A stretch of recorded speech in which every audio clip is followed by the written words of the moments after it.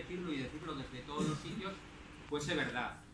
Y aquí nos encontramos, y para eso hemos traído a dos personas que la experiencia en el lugar de los hechos donde se producen los acontecimientos no concuerdan con el relato del imperio, del sistema, ¿no?, y del capital.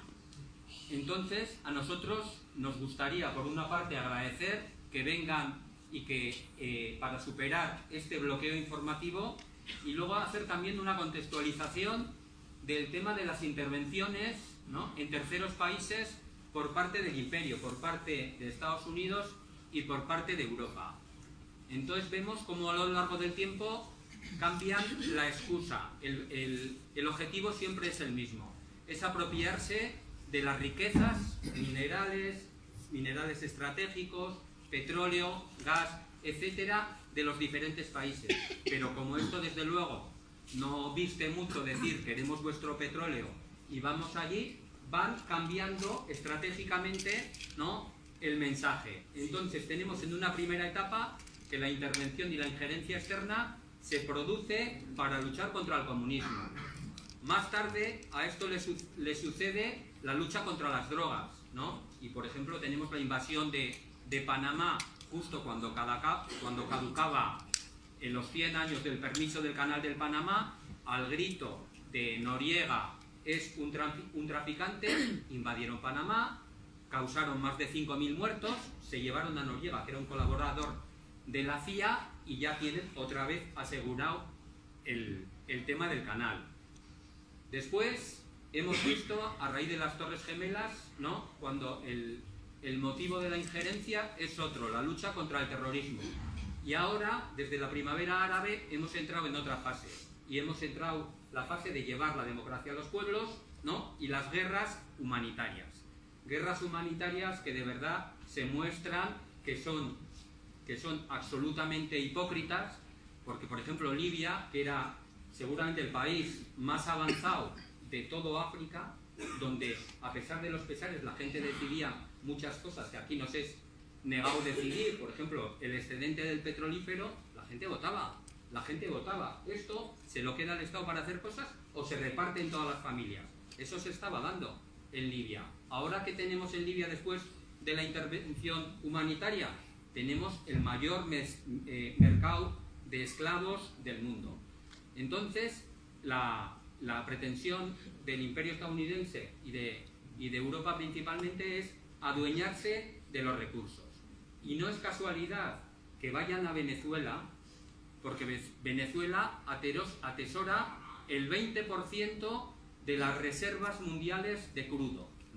Y entonces estamos en un momento de que el máximo de extracción de petróleo, ¿no?, hemos llegado al pico, y a partir de ahí cada vez se va a extraer menos, y es absolutamente estratégico e importante para garantizar el desarrollo de los países ricos, tener acceso a estas reservas. Entonces lo que buscan es gobiernos títeres, y aquellos gobiernos que defienden los intereses de su pueblo, ¿no?, se declaran enemigos y se pone toda la maquinaria en marcha para derrocarlos. Entonces, ante esta falta de pluralidad informativa, lo que nos queda es la voz del pueblo, la voz de la gente, los intereses populares, para que no nos engañen, ¿no?, como engañaron en Libia y en ciertas intervenciones, y luego la gente piense que se está haciendo una labor humanitaria que desde luego no es así. Hay una doctrina también que los analistas pensaban que no se iba a llevar a cabo por lo cruel que es, ¿no? Hasta ahora los golpes de Estado que se estaban haciendo en las diferentes partes del mundo, lo que buscaban es sustituir a los gobernantes por unos dóciles que mantuviesen los intereses del imperio, pero dejaban intactas las estructuras de Estado. A partir de Irak estamos en otra fase. Destruyen las estructuras de Estado y llevan a los pueblos a la Edad Media. Destruyen la sanidad, destruyen la educación, destruyen el funcionariado, etcétera, y lo que están haciendo es construir los países que tienen recursos con reinos de taifas tribales que les sea muy fácil negociar y manejar para extraer los recursos al menor costo posible. Entonces, estamos también esperando a ver si traen el... si aparece... Pero seguimos. Y no sé si se va oyendo. Sí, se va oyendo. Entonces, pues bueno, agradeceros vuestra asistencia. También deciros que esto no hay ninguna organización detrás que lo subvencione y nos encantaría que, aparte de agradecerles, que por lo menos no salgan perdiendo y cubrirles los gastos, ¿no? La gasolina... Hombre, si salimos ganando, la cena aquí. Entonces, hay un compañero por ahí con una bolsa que luego, y entonces a la salida... La bolsa es como así, hay que llenarla, ¿eh? Entonces, si os apetece pues colaborar, pues os agradeceríamos mucho y ya, sin más, dejaríamos paso a Agustín Ochotorena, empresario vasco en Venezuela en los últimos 20 años, por lo tanto viene de allí y sabe de lo que habla, y a Willy Toledo, que me resulta más difícil de clasificar porque Toledo es el único. Mi madre lleva toda la vida dándole vueltas a ver. Porque hemos pasado más de la tele, del cine, etcétera, pero como la libertad, hay libertad absolutamente acotada, como Willy se sale de los márgenes, ¿no? Entonces está fuera de la tele, está fuera del cine y entonces se le impide de hecho trabajar en esos espacios que estaba interviniendo con mucho éxito. Entonces te presento como activista sobre todo. Pues venga. Bueno, buenas tardes.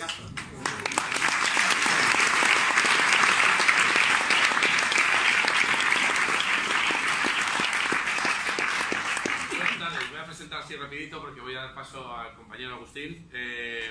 Gracias por venir, gracias a las vecinas de Chantrea por invitarnos y gracias por venir en esta cantidad gigantesca de gente.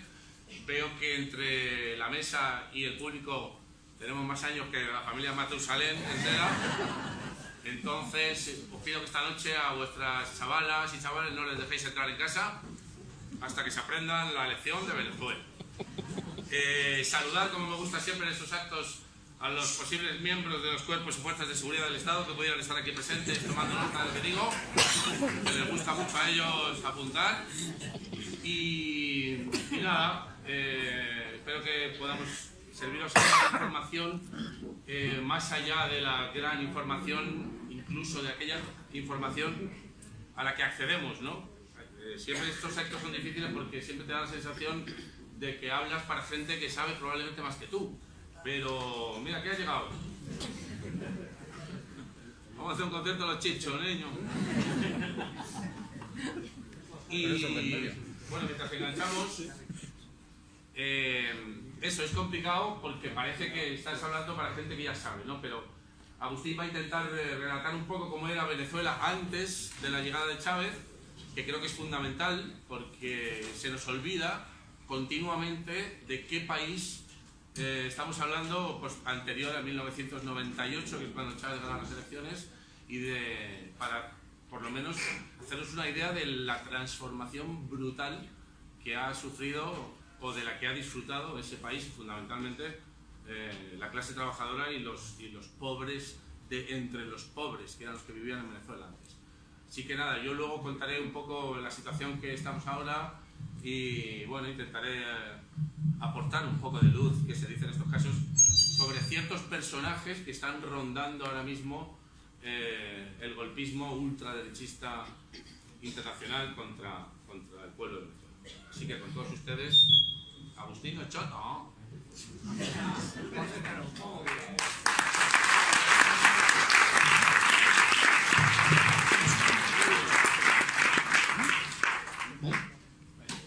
Al vasco sí le ponéis megafonía. Joder.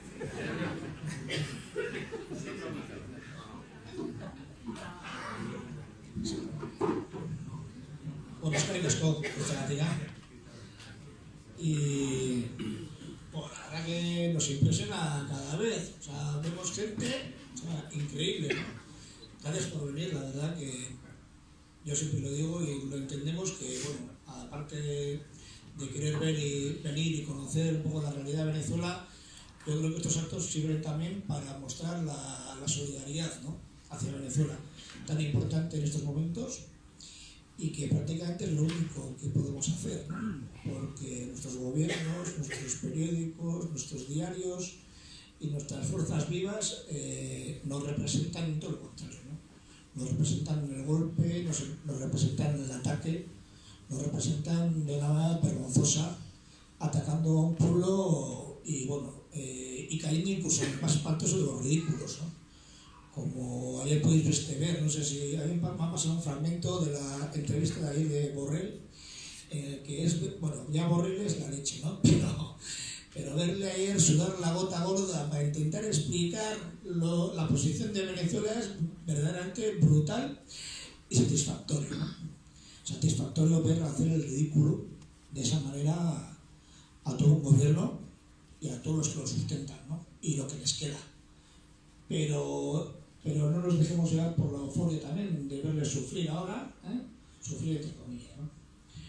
Porque esta gente está dispuesta a dar un golpe criminal, y está dispuesta a hacer una barbaridad con el pueblo venezolano.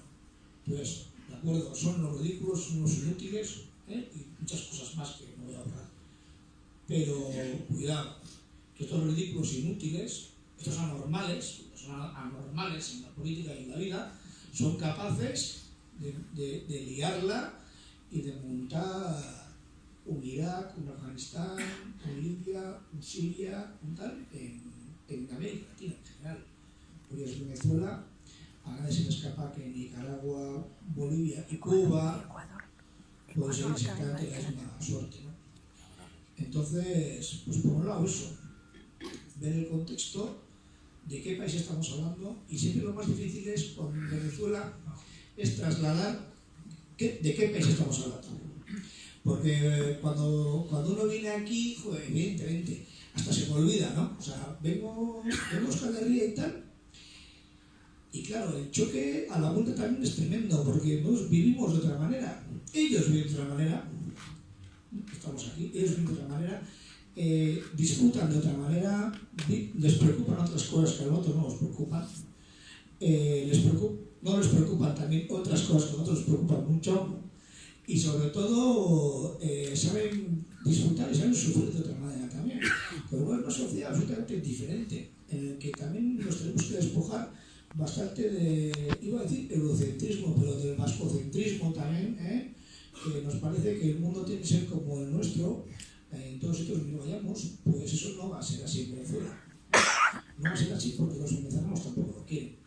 Entonces, más allá de las críticas que uno pueda hacer en cuanto a orden, en cuanto a economía, en cuanto a cuestiones que, bueno, nosotros podemos pensar de una manera, siempre hay que tener en cuenta que ellos piensan de otra, y no tienen ninguna gana tampoco de ser como nosotros, eso ya te digo yo. Entonces, partiendo desde ahí, también partimos de un país, y jugando con eso, juegan con nosotros los medios de comunicación y juegan las fuerzas vivas, todos los que lo sustentan, que esos usamos, juegan con nuestra manera de ver el mundo, con la información que manejamos, y automáticamente te pintan un país teniendo en cuenta tu país, teniendo en cuenta cómo eres tú. O sea, teniendo en cuenta que las cosas que a ti te pueden molestar o no molestar son las que ellos, son las que dan el punto informativo, ¿no? Democracia, papel higiénico, otras cosas, ¿no? Que a nosotros son conceptos, y puedo explicar por el papel higiénico, en el que automáticamente ya rompen tu manera de pensar, y es un argumento machacón una y otra vez, una raca sobre el que sustentan una actitud agresiva e imperialista, y de todo, ¿no? Decir imperialista, decir colonialista, iba a decir de todo, porque es así. O sea, realmente esto no va de inversiones en Venezuela, esto no va de desarrollo de la gente, esto no va de subir la calidad democrática de los venezolanos, esto no va de subir el nivel de vida, esto va de atraco, va de expolio y va de lo que es. Es un robo como el que ha habido históricamente en Venezuela. Que esto no empieza hoy. Esto no empieza hoy. Esto empezó en la colonia y esto empezó en el siglo, desde el siglo XV en adelante, ¿no? Y esto, por decirlo brevemente, o no tan brevemente, esto en 1812 los venezolanos tuvieron las bolas de echar a los españoles de allí y decir, hasta aquí se acaba. Hasta aquí se acaba la colonia y el imperio español y tal en Venezuela. Pero echaron los españoles, pero no echaron los terratenientes. De hecho, fue una digamos, una revolución de terratenientes, ¿no? Con el pueblo. O los terratenientes se apropiaron de esa revolución.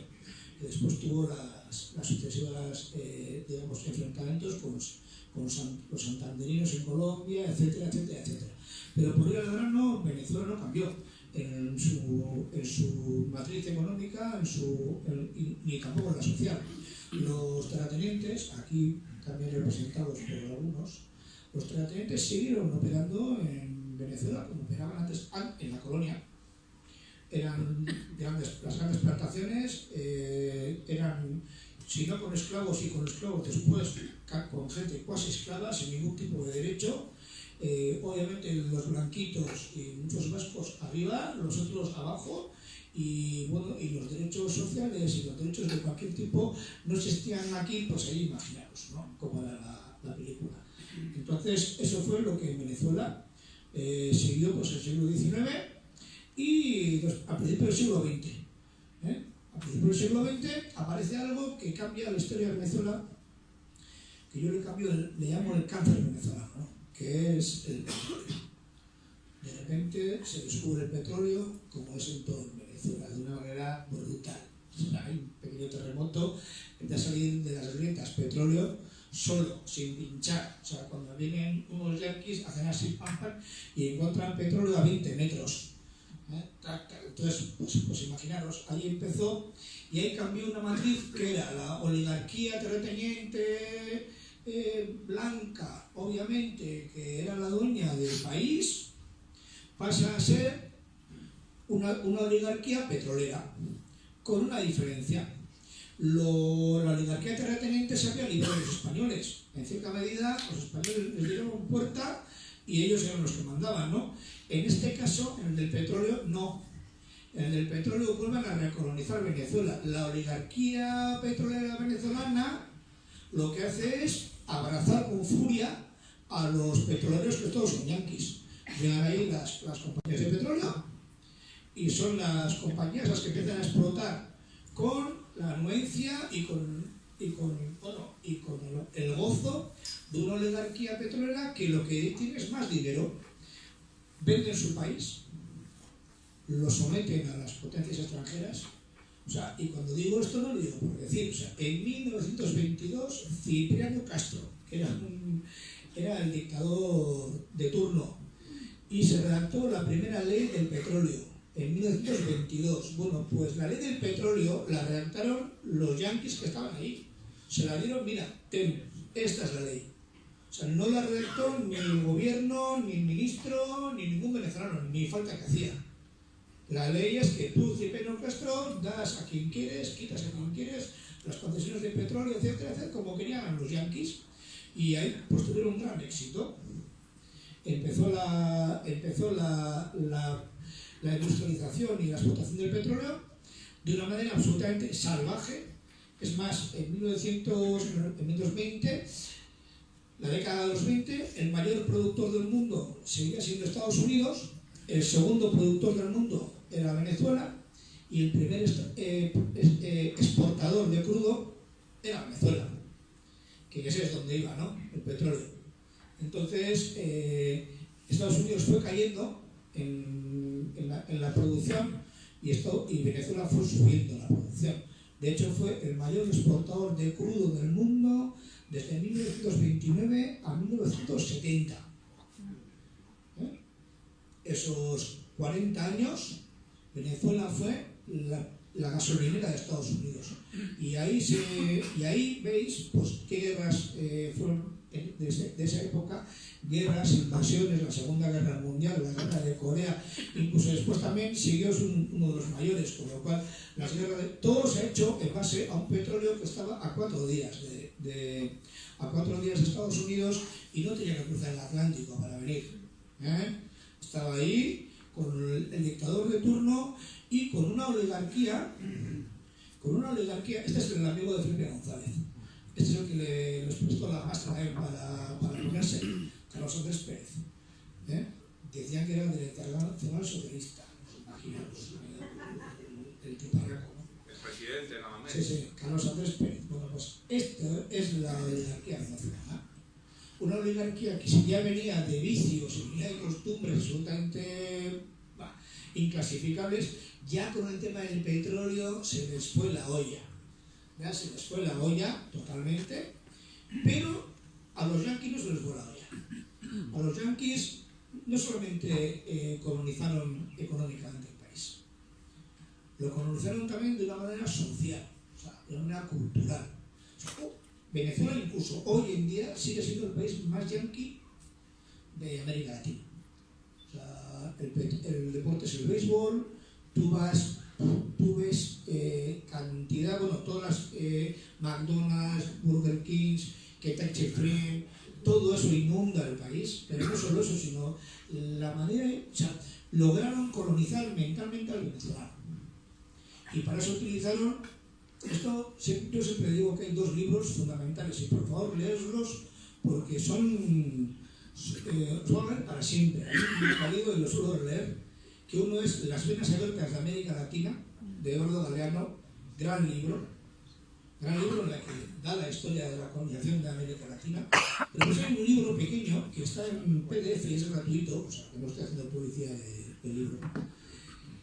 Es gratuito porque es un libro que se acaba siempre que lo editan en Venezuela. Es un libro de Orlando Araujo, un economista, brillante economista venezolano, que lo escribió en el año 1968. Pues todavía parece que lo lees y cuando os lo leáis lo podéis descargar por PDF. 100 páginas es un libro de 100 páginas. Pero es la lucidez. Ahí disecciona directamente no solo la sociedad venezolana, sino cómo esta gente conquistó Venezuela de una manera cultural, social, comprando los medios con las asociaciones culturales, etcétera, etcétera, cómo conquistaron Venezuela y cómo lograron hacer la mayor conquista, que es cuando tú colonizas un país. Es decir, tú eres una mierda. ¿Eres venezolano? Eso es una mierda. Lo crío no vale. Tu ron, no, el ron no es bueno, el whisky es bueno. Tu oro no es bueno. Mis especitos son buenos. Y eso, la manera... Y tuvieron un gran éxito todavía hoy.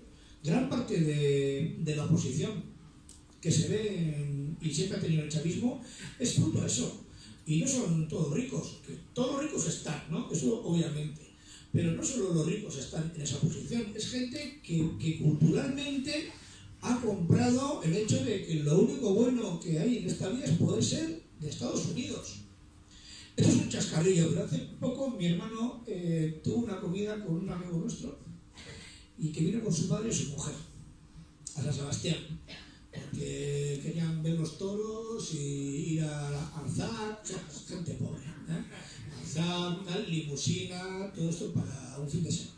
Y en esa cena, lo voy a decir aquí un poquito, sin decir nombres, esa mujer, la madre decía que ella sentía vergüenza, que menos mal que como era rubia y tenía pasaporte yanqui, que menos mal que no la confundían con una venezolana, porque ella sentía vergüenza de ser venezolana. Y eso lo está diciendo la mujer de uno de los exministros de Economía. La madre la mujer de un exministro de Economía del país. O sea, ya, pues bueno, esto es. El hecho de que ser venezolano es ser una mierda, ser venezolano es una desgracia, y lo único que hay bueno es irte a Miami, o ahora les doy por Madrid también, y abrazar el imperio y ser tan bueno como ellos quieran, vivir como ellos quieren.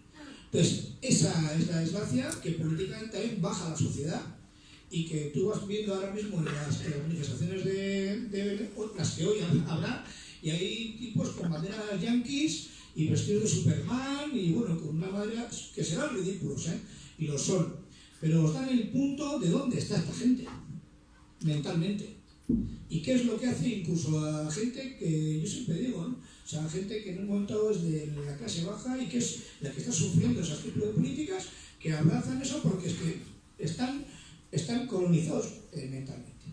Y esta gente hizo esa colonización durante la Venezuela petrolera y tuvieron un éxito tremendo.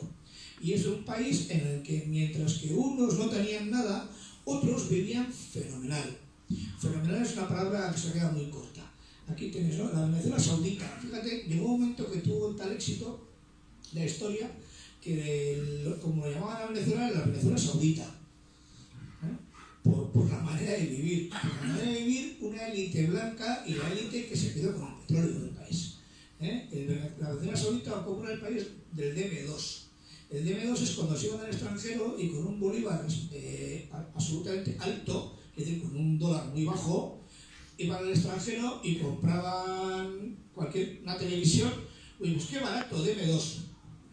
Eso quedó en el acervo del venezolano en aquellos tiempos, como aquí podéis ver. Y tuvieron un país que todavía pervive a día de hoy, un país con casas, con un nivel de desarrollo y un nivel de lujos y un nivel, o sea, apartacoches con triclus, etcétera, supermercados que superaba ampliamente a España en los años 60 y 70. O sea, los venezolanos venían aquí con pasta, como también tienen ahora, ¿no? Qué tonterías digo. Venían con pasta y la Venezuela saudita era muy por encima de la España de los calorías, de los 50, 60, 70. La Venezuela de las grandes obras, la Venezuela de la corrupción, la Venezuela de que yo hago una obra que vale 100 millones de dólares, me presta el Estado 1.000 millones de dólares, se lo pago en bolívares, lo cual no le pago nada en 5 años por indemnización, etcétera, etcétera. Y bueno, pues hacían obras para ganar el triple o 10 veces más. Pero algunas obras fueron haciendo, autopistas. Esto es un barrio que es el 23 de enero. Cualquiera que haya estado ahora ni lo reconoce, ¿no? Esto es un barrio que se hizo en 1955 bueno, 54 y tal, por lo que era uno de los últimos dictadores de Venezuela, que fue Pérez Jiménez, que se llama 23 de enero porque el 23 de enero se le derrocó y se quedó con el nombre de la fecha de su derrocación. Entonces, este es el 23 de enero, que se hacían ese tipo de obras faraónicas para mostrar una cierta caridad hacia el pueblo, que era, vais a ver cómo vivían. Un pueblo, esto es la Plaza Altamira, esto es parte de la Venezuela saudita, que hablamos, ¿no? 23 de enero, y estos son los que iban a visitar Venezuela. Qué bonito era Venezuela. Qué bonito y qué bello y que la gente, todavía de los venezolanos os encontraréis que, la Venezuela antes de Chávez, ¿no? Porque parece que Chávez llegó a un país maravilloso, que era un cruce entre Dinamarca y Suiza, y entonces llegó Chávez y le llegó para estropearla, como hacen los rojos siempre, qué manía. Y claro, te relatan una Venezuela, la Venezuela bonita, la Venezuela tal, te relatan esa Venezuela sin ningún tipo de pudor, que era esta Venezuela. Con Jackie Kennedy, este era el dictador Pérez Jiménez, y todos fenomenal, viviendo. Estas son las obras, esto es de Parque Central. Otra de las obras faraónicas que ahora mismo están en el centro de Caracas, pero bueno, os imagináis este tipo de obras que eran de vanguardia, en los momentos años 70, vanguardia. Pero esto era la realidad de Venezuela. Eso era un espejo que ellos no querían ver, porque la realidad de Venezuela era esto. Y eso también se explica muy bien en la canción de Alí Primera. Alí Primera fue un trovador, un cantante, que en los años 70 combatió por la gente pobre. Y tiene una canción que es espectacular, tiene muchas canciones espectaculares, muchas, pero hay una que relata esto mucho mejor de lo que yo puedo decir, que es la de las casas de cartón. La tienes en YouTube, ¿eh? Una canción que te acuerdas de la carne de gallina, porque el relato de esto, el relato de la marginación, el relato de, aquí se ve claramente, los de un lado y de otro, mientras que unos lo tenían todo y se hacía un país a su medida, y se hacía un país de grandes fiestas, a bienes privados, etc. Los otros, los de la derecha, no tenían nada. Y cuando digo no tenían nada, no tenían ni ciudadanía. Yo cuando llegué en el año 99, el 25% de los venezolanos, ojo al dato, el 25% de los venezolanos, 1 de cada 4, no tenía DNI. No tenía DNI, no estaba inscrito. Era una persona invisible para el Estado. O sea, la gente nacía, vivía, moría sin tener ciudadanía. Con lo cual, obviamente, sin tener tu DNI, sin ser ciudadano, pues imaginaos los contratos de trabajo, las cuentas corrientes que puedes abrir, las casas que puedes comprar, a la universidad que puedes asistir, o algo importantísimo para ellos también, tampoco podían votar. Pequeño detalle. Entonces, 1 de cada 4 venezolanos no podía hacer nada de eso y no votaba. Y esto era la radiografía de la exclusión, que en fotografía se ve mucho más de lo que yo puedo decir. O sea, gente sin sanidad, sin escuelas, sin nada, sin aguas fecales, sin aguas claras, bajándose la electricidad, colgándose de los postes. O sea, hablamos de la Venezuela de las casas de cartón, de gente arracimada, pero no en Caracas.